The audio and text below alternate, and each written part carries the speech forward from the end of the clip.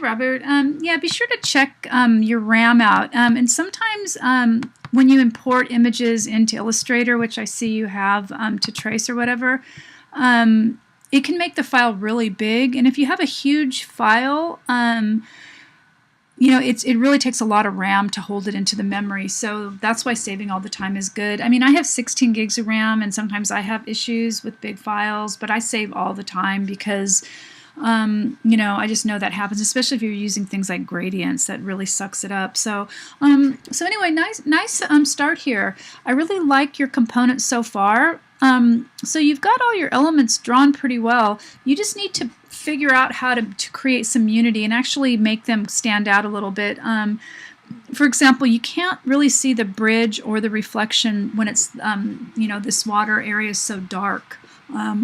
So if I turn it off, well, mostly that part, I can kind of see what you're doing, but there's quite a bit of visual confusion, so you're just going to have to spend a little time working that out. I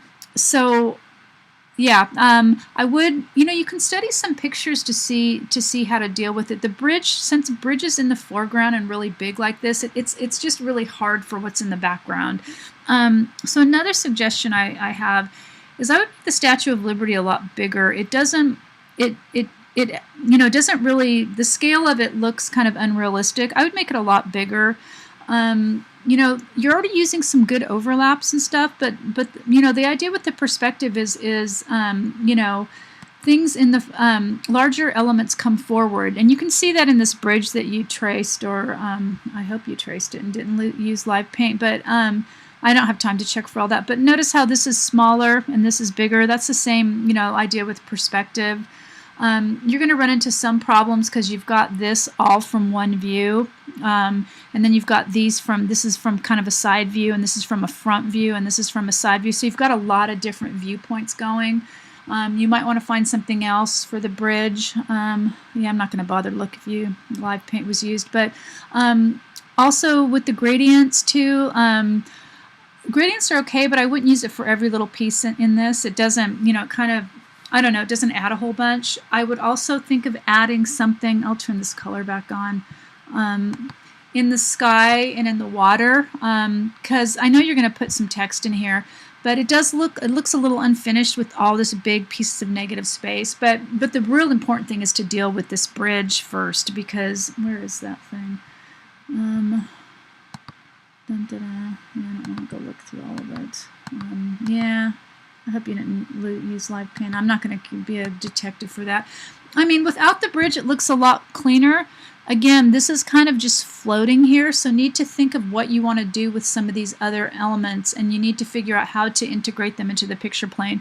Now, this background part's okay, even though you might want to make the reflection part a little blurry. So, have a look at some of the examples that I posted, and you can see how they dealt with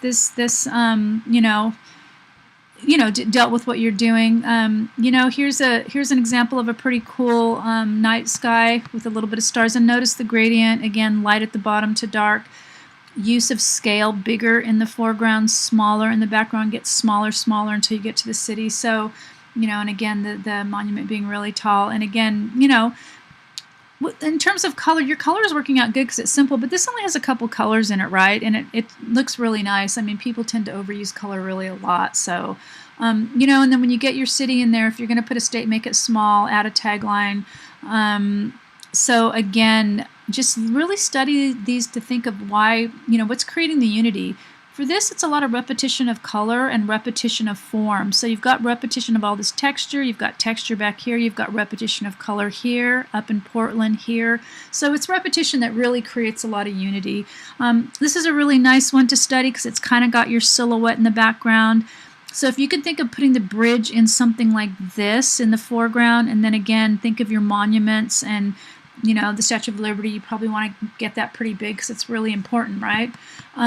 Okay, so anyway, I hope this helps. I know, these aren't easy to do, so You've got a lot of work though with the text and unifying these. You know, that's the hardest part. Unless you've planned it out in thumbnail sketches, it's hard to integrate different things into the picture plane. That's why I tried to post a lot of these just to give you some ideas, you know, to study them and really pull them apart. And this is a student one. It's not that bad, not that great either, but yeah. So yeah, just have a look at some stuff. I mean, you know, there's some of the student work is okay. Most of it's unfinished, and it's definitely, you don't want to have floating attractions that don't make any sense. You know, so well, let me show you a good one. This is a pretty good one. You know, there's a skyline, use of scale to make it create depth. You know, this one's pretty good too. Nice night sky, even though the stars could have been done a little bit better.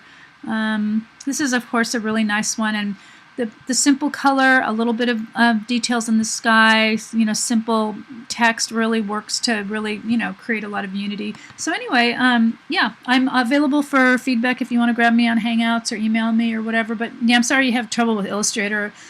You know, I understand that because it's especially if you bring in those big bitmaps, it, you know, it just has trouble. So I mean, all apps do. That's why a lot of professionals have even like 32 gigs, 64 gigs of RAM. Most people don't have more than 4.